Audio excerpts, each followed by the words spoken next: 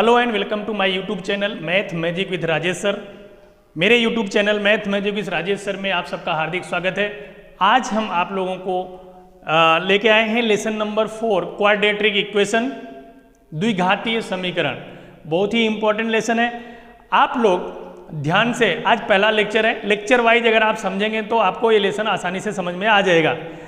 तो पहले हम समझेंगे द्विघातीय समीकरण है क्या, फिर उसको सॉल्व करने के कितने तरीके हैं, फिर वर्ड्स प्रॉब्लम को कैसे हम इक्वेशन में कन्वर्ट करते हैं। ठीक है, तो फिर द्विघातीय समीकरण का द्विघाती, इसका नाम ये क्वाड्रेटिक, क्वाड्रेटिक मतलब पावर 2, नाम से ही लग रहा है। द्विघाती मतलब ऐसा समीकरण जिसकी घात 2 हो, जिसका स्टैंडर्ड फॉर्म है ax square plus bx plus c बराबर 0। This is a standard form of quadratic equation. द्विघाती समीकरण का ये व्यापक स्वरूप है। आपका द्विघाती समीकरण अगर इस तरह से है तो इसके बाद आप इसका सॉल्यूशन चालू करना। कभी कभी आपका द्विघाती समीकरण इस तरह से नहीं दिया रहता तो पहले इस तरह से उसको कन्वर्ट किया जाता है।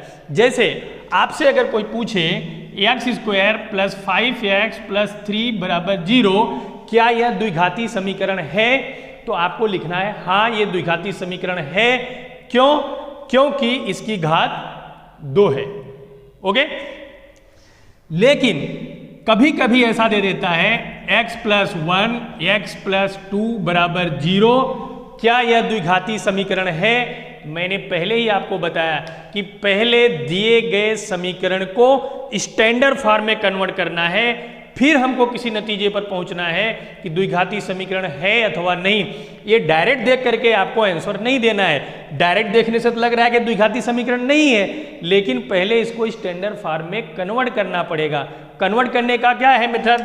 यहाँ पे मल्टीप्लाई का सिंबल है। मल्टीप्लाई का मतलब गुणा करना है। पहले आपको x गुणा करने आता है ना, पहले इसको उठाओ, इन दोनों के साथ मल्टीप्लाई करो, फिर इसको उठा के इन दोनों के साथ मल्टीप्लाई करो, साइन के साथ, चिन्ह के साथ। ओके, प्लस का मल्टीप्लाई प्लस में होगा तो आंसर प्लस आता है, प्लस का मल्टीप्लाई माइनस के साथ होगा तो आंसर माइनस आता है, माइनस का मल्टीप्लाई माइनस के साथ होता है तो आंसर प्लस में आता है। ये बहुत ही इंपॉर्टेंट चीज़ है। हाँ, इसके बिना आप इसमें बहुत सारी गलतियां कर दोगे। प्लस गुणे प्लस बराबर प्लस, प्लस गुणे माइनस या माइनस गुणे प्लस बराबर माइनस, और माइनस गुणे माइनस बराबर प्लस। जैसे कोई पूछे -2 गुणे -2 तो आंसर होगा +4, -2 गुणे +2 तो आंसर होगा -4। ये बहुत ही ये बेसिक चीज़ है, आपको हमेशा मालूम होनी चाहिए। तो पहले इसका गुणा करेंगे, x का गुणा x में करेंगे तो x स्क्वायर, x का गुणा 2 में करेंगे तो 2x, 1 का गुणा x में करेंगे तो 1x, और 1 का गुणा 2 में करेंगे तो 2। ठीक है, ये दोनों प्लस हो जाएंगे, x स्क्वायर प्लस 2 और 1 3x प्लस 2 बराबर 0। ये देखिए ये स्टैंडर्ड फॉर्म में कन्वर्ट हुआ। अब आपको बताना है कि द्विघात समीकरण है या नहीं है। तो यहाँ पे घात 2 है, ये द्विघात समीकरण है। This is a quadratic equation because power of this equation is 2, so this is a quadratic equation. अगर कभी कभी ऐसा दे देता है x plus 1 upon x equal to 3, क्या ये क्वाड्रेटिक इक्वेशन है? आपको चेक करना है। 4.1 का पहला क्वेश्चन यही है कि चेक करो कि ये इक्वेशन क्वाड्रेटिक इक्वेशन है या नहीं है। तो आपको पहले उसको स्टैंडर्ड फॉर्म में कन्वर्ट करना है। कन्वर्ट करने के बाद ये देखना है कि उसकी पावर 2 है कि नहीं है। पावर 2 होना चाहिए। ये टर्म तीनों होंगे कि नहीं होंगे चलेगा। जैसे कभी कभी ऐसा भी दे देता है x square plus 5 equal to 0, यहाँ पे 1 2 3 है स्टैंडर्ड फॉर्म में। आपके क्वेश्चन में 2 ही पद है, चलेगा। पद चाहिए 1 होगा तो भी चलेगा, लेकिन घात 2 होनी चाहिए, पावर 2 होनी चाहिए। यहाँ पे पावर 2 है इसलिए द्विघात समीकरण है। भले इसमें पद 2 ही हैं, पद 1 भी हो सकता है, x स्क्वायर बराबर 0, द्विघात समीकरण है। द्विघात समीकरण के लिए, क्वाड्रेटिक इक्वेशन के लिए पावर का 2 होना जरूरी है। पद 3 हो या ना हो चलेगा, पद 2 होगा तो भी चलेगा, 1 होगा तो भी चलेगा, लेकिन घात जो है, पावर जो है वो 2 होना चाहिए। ठीक है, x plus 1 upon x equal to 3, इसको चेक करना है कि ये द्विघात समीकरण है या नहीं है।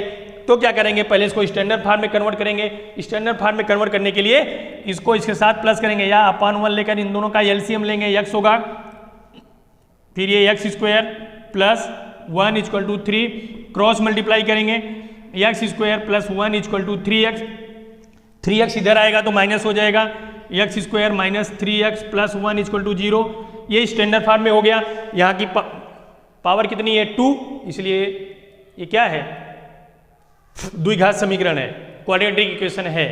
तो 4.1 का जो पहला क्वेश्चन है वो यही है कि चेक करो कि ये क्वाड्रेटिक इक्वेशन है कि नहीं, आपको इसी तरह से चेक करना है। ओके, अब हम चलते हैं सेकंड क्वेश्चन में, जो कि बहुत ही इंपॉर्टेंट है। आपका जितना भी माइंड है सारे माइंड को उसमें यूज करना है, तब आप उस वर्ड प्रॉब्लम को कन्वर्ट कर सकते हो स्टैंडर्ड फॉर्म में। Standard form of quadratic equation द्विघाती समीकरण के व्यापक स्वरूप में कन्वर्ट करने के लिए बहुत ध्यान से सुनना है।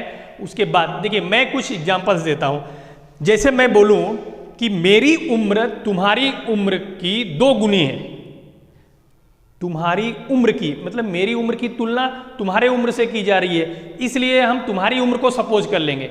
जिससे तुलना किया जाता है उसको हम सपोज करते हैं। जैसे मैं मानूं कि तुम्हारी उम्र मेरी उम्र से 10 साल छोटी है, मेरी उम्र से तुलना किया जा रहा है, तो माना जाएगा, माना मेरी उम्र x है तो तुम्हारी उम्र x माइनस 10, छोटी है तो माइनस, ज़्यादा है तो प्लस, गुणे है तो गुना। जैसे एक आयत है, आयत में क्या होता है, लंबाई होती है, चौड़ाई होती है। रेक्टेंगल में क्या होता है, लेंथ होता है और ब्रेथ होता है। लेंथ हमेशा क्या होती है, बड़ी होती है, ब्रेथ क्या होती है, छोटी होती है। क्वेश्चन में अगर ऐसा दिया जाए कि किसी भी आयत की लंबाई चौड़ाई से 3 ज़्यादा है, length is 3 more than breadth, मतलब कंपेयर किससे किया जा रहा है, ब्रेथ से। तो ब्रेथ को आप सपोज कर लेना, suppose breadth is x, then length will be x plus 3, यानी कि लंबाई 3 ज़्यादा है तो x में 3 जोड़ देंगे। तो जिससे तुलना किया जाएगा उसी को हमको सपोज करना है। तो ध्यान से समझिए, दूसरा क्वेश्चन बहुत ही इंपॉर्टेंट है। आपको अगर ध्यान से सुनोगे तो समझ में आएगा, नहीं तो वर्ड प्रॉब्लम के जो क्वेश्चन होते हैं बच्चे 50% स्टूडेंट इसको स्किप कर जाते हैं कि इसको करना ही नहीं, बोर्ड में आएगा तो इजी है, ज़्यादा हार्ड नहीं, आप समझिए। जैसे सेकंड क्वेश्चन है 4.1 का second question, the area of rectangular plot is 5 to 8 metre square, the length of the plot is 1 more than twice its breadth, we need to find length and breadth. तो इसमें क्या कर रहा है कि एक आयत है जिसका क्षेत्रफल 528 मीटर स्क्वायर है, 528 मीटर स्क्वायर है। उसकी जो लंबाई है वो चौड़ाई के 2 गुने से 1 ज्यादा है, चौड़ाई के 2 गुने से, यानी कंपेयर किससे कर रहा है, ब्रेथ से। तो ब्रेथ को सपोज कर लेते हैं, suppose breadth equal to x metre, यानी कि हमने माना चौड़ाई x मीटर है तो लेंथ क्या होगी, लेंथ मींस लंबाई क्या हो जाएगी, लंबाई को y नहीं सपोज करना है, इसी से निकालना है। क्या कर रहा है, the length of the plot is 1 more than twice its breadth, यानी कि चौड़ाई के 2 गुने से 1 ज्यादा है। तो चौड़ाई x है, इसका 2 गुना क्या होगा, 2x, 1 ज्यादा भी है तो प्लस 1। ध्यान से समझना, यही मेन है। क्वेश्चन में कह रहा है कि एक आयत है जिसकी लंबाई चौड़ाई के 2 गुने से 1 ज्यादा है, तो चौड़ाई को हमने मान लिया x, उसका 2 गुना 2x, 1 ज्यादा है प्लस 1, माना चौड़ाई x तो लंबाई क्या हो जाएगी 2x प्लस 1। यही मेन है, suppose breadth is x then length will be 2x plus 1। और क्या कर रहा है, इसका एरिया 5 to 8 मीटर स्क्वायर है। एरिया मीन्स होता है क्षेत्रफल, area equal to 5 to 8 metre square. Area means होता है क्षेत्रफल, आयत का क्षेत्रफल आपको मालूम होना चाहिए। Area of rectangle equal to length multiply breadth. तो यहां पे आपको लिखना है area equal to length multiply breadth. ये जो एरिया दिया यहां रख देंगे, 5 to 8 इक्वल टू लेंथ की वैल्यू यहां रखेंगे, लेंथ क्या है 2x प्लस 1 और ब्रेथ क्या है x। अब x का मल्टीप्लाई इसके साथ करेंगे, 5 to 8 equal to 2x square plus x, इसको उधर लेके जाएंगे तो 2x स्क्वायर प्लस x, ये इधर सुधर जाएगा तो माइनस हो जाएगा, -5 to 8 इक्वल टू 0। ये हो गया स्टैंडर्ड फॉर्म में, क्वेश्चन में यही बोला है, इसका हल ज्ञात करने के लिए नहीं बोला है। हल ज्ञात करने के लिए 4.2 से चालू होगा। 4.1 में सिर्फ इतना कह रहा है कि इसको स्टैंडर्ड फॉर्म में कन्वर्ट करो, क्वाड्रेटिक इक्वेशन में कन्वर्ट करो। हमने कन्वर्ट कर दिया, ये आपका आंसर हो गया है। इसको सॉल्व नहीं करना आगे। समझ में आया? चौड़ाई को हमने x माना क्योंकि चौड़ाई से तुलना कर रहा है, जिससे कंपेयर करेगा उसी को हमको सपोज करना है। ठीक है, इसलिए ब्रेथ को x सपोज किया तो लेंथ हो गया 2x + 1। एरिया दिया गया है, एरिया का फार्मूला होता है लेंथ मल्टीप्लाई ब्रेथ। तो यहाँ एरिया की जगह इसकी वैल्यू पुट करके लेंथ की वैल्यू पुट किया, ब्रेथ की वैल्यू पुट किया, मल्टीप्लाई किया, आपका इक्वेशन आ गया। क्लियर? समझ में आया? अब दूसरा क्वेश्चन देखिए, इसका जो सेकंड क्वेश्चन है, केवल स्टैंडर्ड फॉर्म में बनाना, क्वाड्रेटिक फॉर्म में बनाना है, इसको सॉल्व नहीं करना है। सॉल्व करने का जो मेथड है वो हम कल पढ़ेंगे। क्वाड्रेटिक इक्वेशन सॉल्व करने के यहाँ पे 3 मेथड हैं। पहला मेथड क्या है? फैक्टराइजेशन मेथड, यानी कि गुणनखंड की विधि, गुणनखंड की विधि। दूसरा क्या है? कंप्लीट स्क्वायर मेथड, यानी कि पूर्ण वर्ग की रीति, पूर्ण वर्ग की रीति। तीसरा क्या है? Formula method, formula method. ये 3 मेथड से आप क्वाड्रेटिक इक्वेशन को सॉल्व कर सकते हो। सॉल्व करना मतलब find the root of quadratic equation या find the value of x। 3 method. आपको इस साल कोरोना काल में बोर्ड ने कंप्लीट स्क्वायर मेथड को निकाल दिया है सिलेबस से, तो फैक्टराइजेशन मेथड पढ़ना है, फार्मूला मेथड पढ़ना है। ठीक है, कल फैक्टराइजेशन मेथड हो जाएगा, उसके बाद परसों फार्मूला मेथड हो जाएगा। आपका लेसन फिनिश हो जाएगा, यानी 3 या 4 लेक्चर में लेसन कंप्लीट होगा। आज हम क्वाड्रेटिक इक्वेशन को कैसे कन्वर्ट करते हैं वो पढ़ रहे हैं। ठीक है, तो complete square method next year जब सिलेबस में आएगा तो नेक्स्ट ईयर नया वीडियो बनाएंगे तो उसमें देंगे। आपको केवल फैक्टराइजेशन मेथड और फार्मूला मेथड इस साल पढ़ना है। तो 4.1 का जो सेकंड क्वेश्चन है उसको आप ध्यान से देखिए। आप अगर ध्यान से समझेंगे क्या दिया है ना, तो इक्वेशन बनाने में कोई दिक्कत नहीं हुई। The product of 2 consecutive positive integer is 306। We need to find the integers.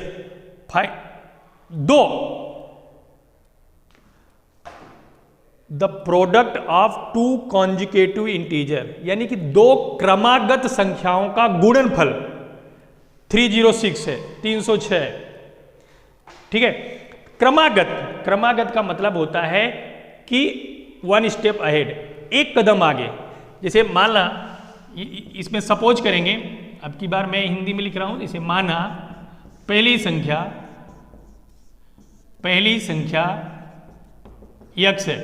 Suppose first integer is x, then second will be, दूसरी संख्या क्या होगी? कॉन्जिक्यूटिव इंटीजर में 1 प्लस हो जाता है, यानी कि x + 1।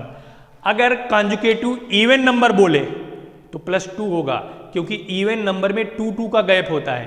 पहला इवन नंबर 2 है, दूसरा 4 होगा, तीसरा 6 होगा, फिर 8 होगा। यानी कि इवन नंबर हो, ऑड नंबर हो तो 2 का गैप होता है, तो यहाँ पे x + 2 हो जाता। बट कॉन्जुगेटिव इंटीजर है, यानी 2 क्रमागत पूर्णांक है, क्रमागत में 1 का ही गैप रखा जाता है।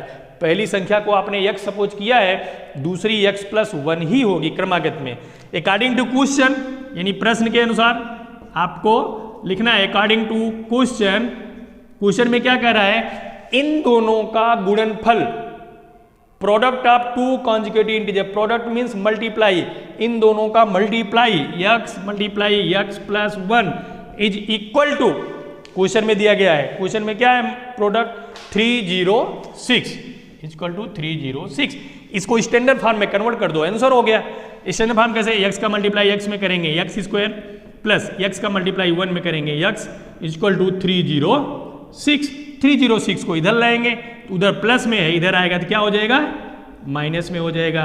ये हो गया standard form of quadratic equation. द्विघाती समीकरण के व्यापक स्वरूप में कन्वर्ट हो गया, यही हमारा आंसर हो गया। अगर ऐसा पूछता, जैसे बोर्ड में आएगा तो पता थोड़ी चलेगा कि 4.1 का है 4.2। अगर ऐसा बोलता कि 2 क्रमागत संख्याओं का गुणनफल 306 है तो वे इन दोनों संख्याओं को ज्ञात करो। Find 2 consecutive integers whose product is 306 find करने के लिए पूछे तब इसके बाद आगे और हल करना है। कौन सा मेथड यूज करना है हमने बताया, फैक्टराइजेशन मेथड और फार्मूला मेथड। कल हम इसको सोल्यूशन सॉल्व करेंगे। अभी हम क्या कर रहे हैं, कैसे क्या सीख रहे हैं, कैसे हम दिए गए कंडीशन को क्वाड्रेटिक इक्वेशन में कन्वर्ट करेंगे। समझ में आया समझ में? ओके, नेक्स्ट वन क्वेश्चन हम और बताते हैं। इसके बाद एक क्वेश्चन आपको हम देंगे होमवर्क के लिए। आप क्योंकि 4 क्वेश्चन है इसमें, तो एक क्वेश्चन और वन मोर क्वेश्चन फिर से मैं एक बार कहूँगा, तब तक आपका अगर अभी तक आप लोगों ने चैनल को सब्सक्राइब नहीं किया है, लाइक नहीं किया है, तो एक बार सब्सक्राइब कर दीजिए, जिससे आपको समय समय से आपको वीडियो मिलते रहें। ठीक है, थर्ड क्वेश्चन है, Rohan's mother is 26 year old than him, यानी रोहन की माँ की उम्र रोहन से 26 साल बड़ी है। पहले यहीं से हम शुरुआत करते हैं। रोहन की माता की उम्र कंपेयर किससे किया जा रहा है? रोहन की उम्र उसकी माता से, नहीं सॉरी, रोहन की माता की उम्र 26 साल बड़ी है रोहन से। तो रोहन से बड़ी है उसकी मां, तो रोहन को सपोज कर लेते हैं। Suppose Rohan's present age is x years, so his mother's age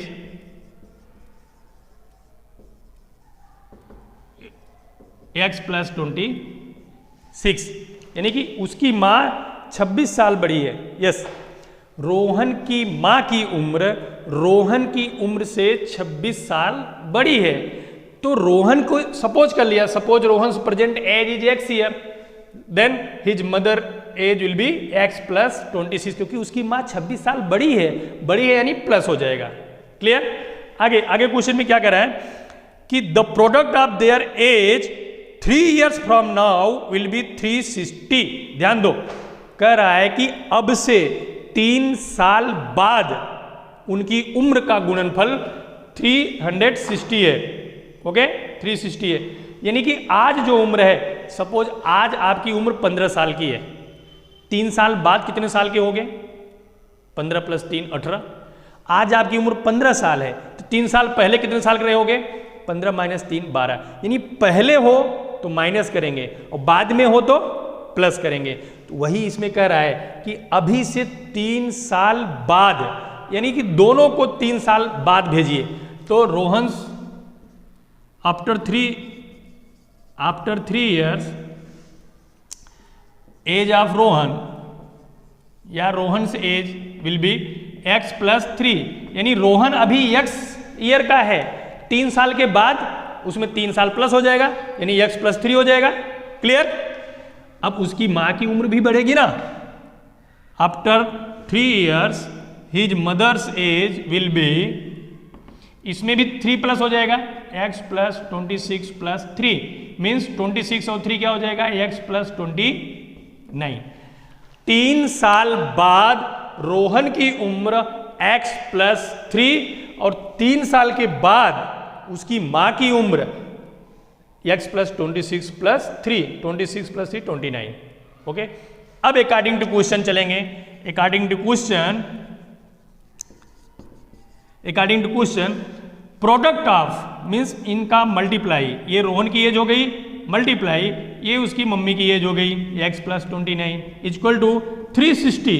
ऐसा कह रहा है कि 3 साल के बाद उनकी उम्र का गुणनफल यानी मल्टीप्लाई 360 है, 360। इसको स्टैंडर्ड फॉर्म में कन्वर्ट करेंगे, x का मल्टीप्लाई x में करेंगे x², x का मल्टीप्लाई 29 में करेंगे 29x, 3 का x में करेंगे 3x और 3 का 29 में करेंगे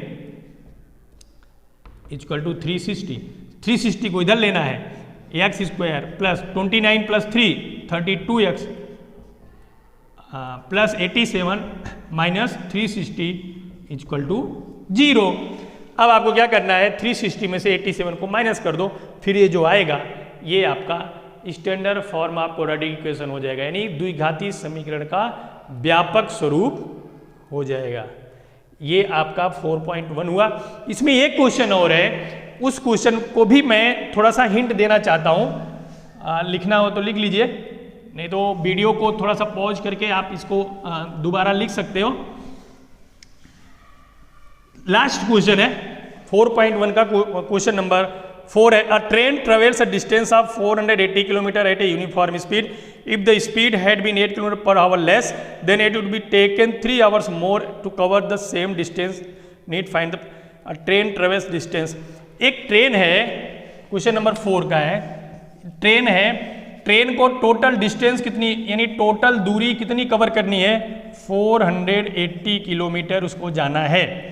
अगर उसकी स्पीड में 8 किलोमीटर पर आवर लेस किया जाए तो उसकी स्पीड फाइंड कर लो। सपोज, यानी माना, सपोज स्पीड ऑफ ट्रेन, यानी कि ट्रेन की स्पीड, ट्रेन की चाल x किलोमीटर पर आवर है।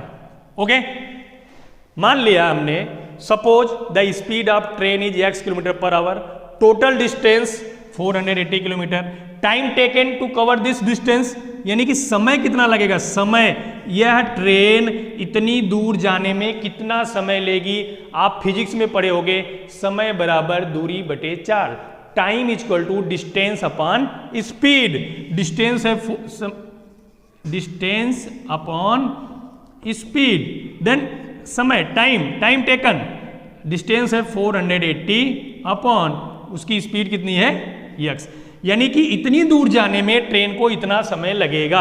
अगली कंडीशन में कह रहा है कि ट्रेन की स्पीड बदल रही है, 8 किलोमीटर पर आवर लेस हो रही है। New speed equal to, new speed means नई चाल, नई चाल क्या हो जाएगी, x minus 8 kilometre per hour. दूरी तो उतना ही जाना है उसको, दूरी कितनी जानी है, 480 किलोमीटर। सुनिए, ट्रेन की चाल 8 किलोमीटर प्रति घंटे कम की जा रही है, कम की जा रही है मीन्स माइनस करना है, दूरी उतना ही जाना है। फिर से उसका समय, समय बराबर वही formula, distance upon speed, distance है 480 अपॉन x माइनस 8। अब अकॉर्डिंग टू क्वेश्चन, यानी प्रश्न के अनुसार, प्रश्न के अनुसार देखिए ये भी टाइम है 480 अपॉन x और ये भी टाइम है 480 अपॉन x माइनस 8।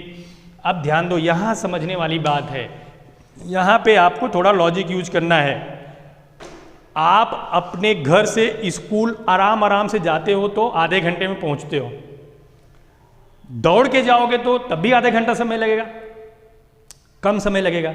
साइकिल से जाओगे तो और कम समय लगेगा, गाड़ी से जाओगे और कम समय चलेगा। यानी अगर आपकी स्पीड बढ़ जाएगी तो समय क्या हो जाएगा, कम हो जाएगा, इनवर्स प्रोपोर्शनल है। अगर चाल बढ़ा दोगे तो समय क्या होगा, कम होगा।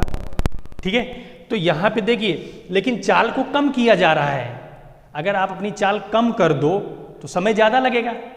ठीक है, ये चाल कम किया जा रहा है, इसका मतलब ये समय क्या है, ज़्यादा है। कितना ज़्यादा है सवाल में दिया है, 3 घंटे ज़्यादा है। इसका मतलब इसमें से अगर हम -3 कर देंगे तो ये दोनों क्या हो जाएंगे, इक्वल हो जाएंगे। समझ में आया? हमने यहाँ पे माइनस क्यों किया, क्योंकि ये समय ज़्यादा लग रहा है। ज़्यादा क्यों लग रहा है, क्योंकि उसकी चाल कम की जा रही है। माइनस है ना, चाल कम की, अगर यही होता कि उसकी चाल बढ़ा दी जाए, यहाँ पे प्लस करते, तब ये प्लस हो जाता, +3 हो जाता। ओके, अब इसको इधर लाएंगे, एलसीएम लेकर के क्वाड्रेटिक इक्वेशन को फाइंड करेंगे। ओके, तो ये 4.1 हुआ, ये आपका बेसिक हुआ 4.1 क्वाड्रेटिक इक्वेशन का, द्विघाती समीकरण का।